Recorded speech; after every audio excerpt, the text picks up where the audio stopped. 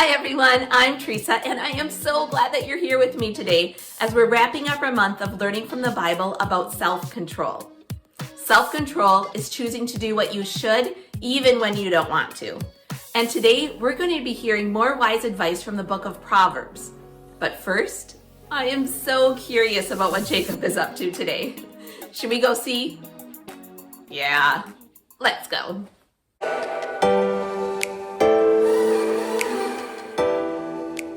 Pause. Hey guys, it's me, Jacob. Sorry, I was just watching an episode of The Metal Manian. 1 second, it's almost over. No, Metal Manian, don't go through that door. Oh, that's it? It's over? What will happen to the Metal Manian? Will he live to fight another day? Find out now on the next episode of The Metal Manian. I can watch it now, yes! I mean, I can't watch it right now because I have to, I get to talk to you about self-control. Self-control is choosing to do what you should even when you don't want to. Sorry, I love that show. But I feel like every episode is a cliffhanger that just makes you want to watch another one and another one. You know how cliffhangers are. Or maybe you call them nail biters. But you can't watch TV all the time because you gotta find self-control in your life. Watch out, Metal Manian! Sorry, that was just a really cool part. Okay, I'm good now. No more binge watching. No more distractions. I am here for you. You have my complete and utter attention. I have to know. And no, but I must, but I can't.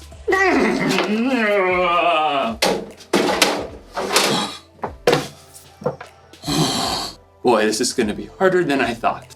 No. In today's story, we'll learn about what happens when you have too much of a good thing. Will Jacob be able to resist the Metal Manian? Will he learn a lesson about self-control?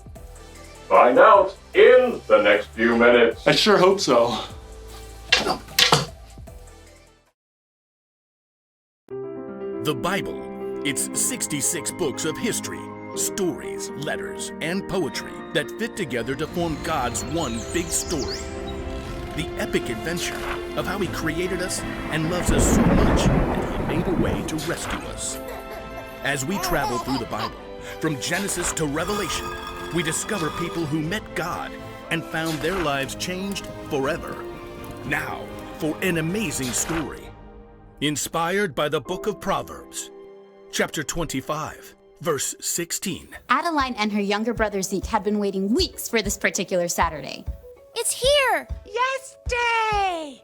Every year, their parents declared a yes day, where they would say yes to anything Adeline and Zeke wanted to do, with a few rules. We're not spending more than $15 each on anything other than meals. And we're not doing anything that could hurt you or anyone else. Can we have donuts for breakfast? Yes. And ice cream? Yes! With whipped cream and gummy bears? Yep. Yes! Fueled by this sugar rush, Zeke and Adeline had energy to burn. Can we have a family water battle? Kids against parents. Absolutely. The kids' super soakers were beating their parents' water balloons until Dad busted out the water hose. Hey, you can't use the house! Yes to everything! Okay, fine. Pizza from Pisano's for lunch. And monster cookies. Can I make them all by myself, please, please, please? Yes and yes. Dad and Adeline rode scooters to the store to get cookie ingredients, Yes! while Mom and Zeke took bikes to get pizza. Oh, yeah! Pretty sure that me riding a scooter half a mile is gonna hurt someone. Probably me. It's sidewalk the whole way, Dad. Back at home, Adeline concocted the monster cookies with all the add-ins. Chocolate chips, M&Ms, peanut butter, toffee bits, candy corn, crushed pretzels. Sure that's gonna taste okay? Yes. When the giant cookies were out of the oven and cooled, everyone had to agree. These are actually amazing. Zeke and Mom could only give thumbs up as they chewed. After lunch, Dad and Zeke said yes to an epic battle of Ultra Luigi together, while Mom said yes to a nap. Adeline planned to say yes to a new episode of Super Chef Junior, but as she was leaving the kitchen, she paused and looked back at the plate of monster cookies. They did turn out awesome. It almost seemed as if those gooey cookies were calling her name. Adeline. Adeline. Well, it is yes day. Adeline grabbed another cookie for now and one for while she watched Super Chef Junior. When Adeline finished her episode and the cookies, she passed through the kitchen to find Zeke and Dad.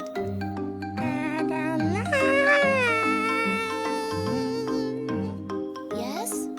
The cookies seemed to smile at her with candy-coated faces. Well, yes, just one more. In the rec room, Dad and Zeke were still battling it out. Hey sis, you want to play? Adeline wanted to say yes, but her stomach felt a little queasy, and the flashing screen made her head spin. I'll just sit this one out. Don't suppose you could bring us a couple of those incredible cookies? Sure. In the kitchen, Adeline put 2 giant cookies on a paper plate.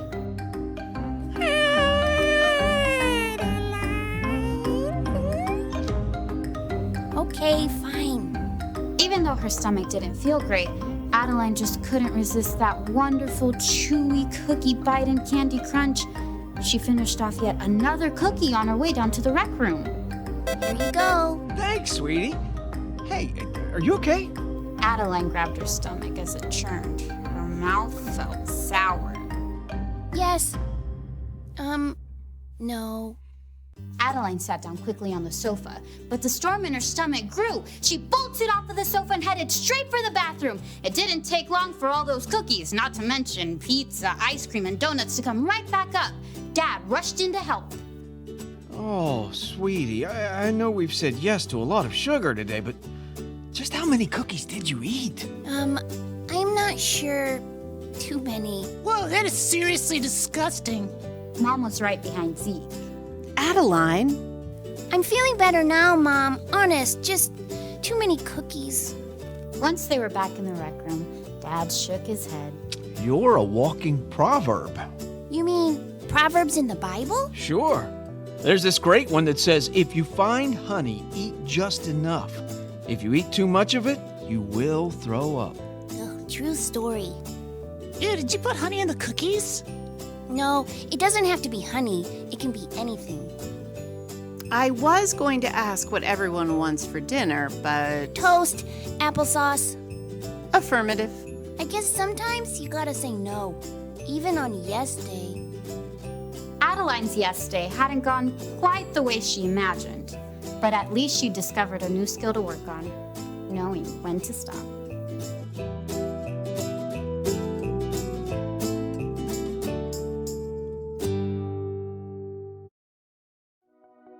Sometimes when it comes to self-control, you need a little help.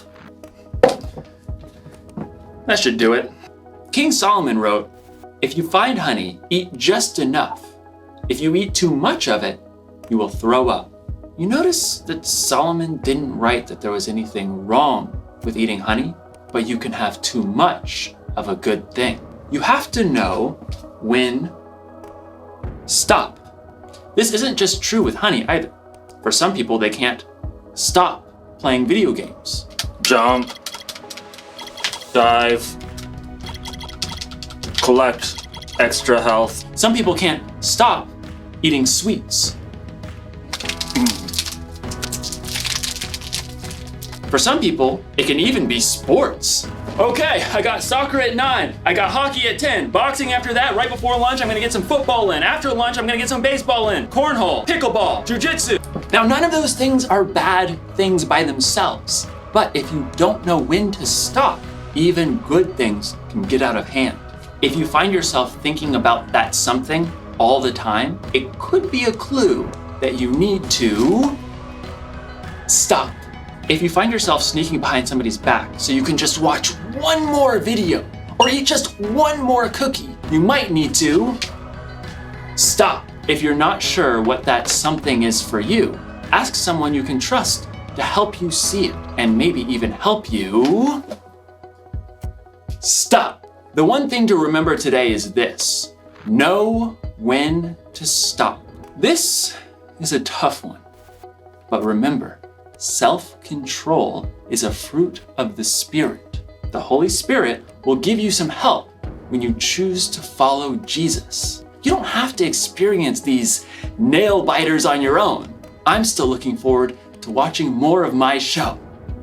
But I think I'll wait until tomorrow at the very least. And if you need any help knowing when to stop, take it from me.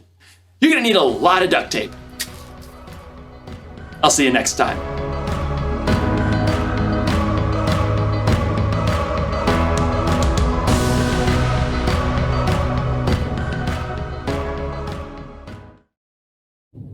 We have a verse to help us remember to have self-control. It's from 2 Peter 1:3. God's power has given us everything we need to lead a godly life. Let's say it or sing it together. 2 Peter 1:3. God's power has given us everything we need to live a godly life.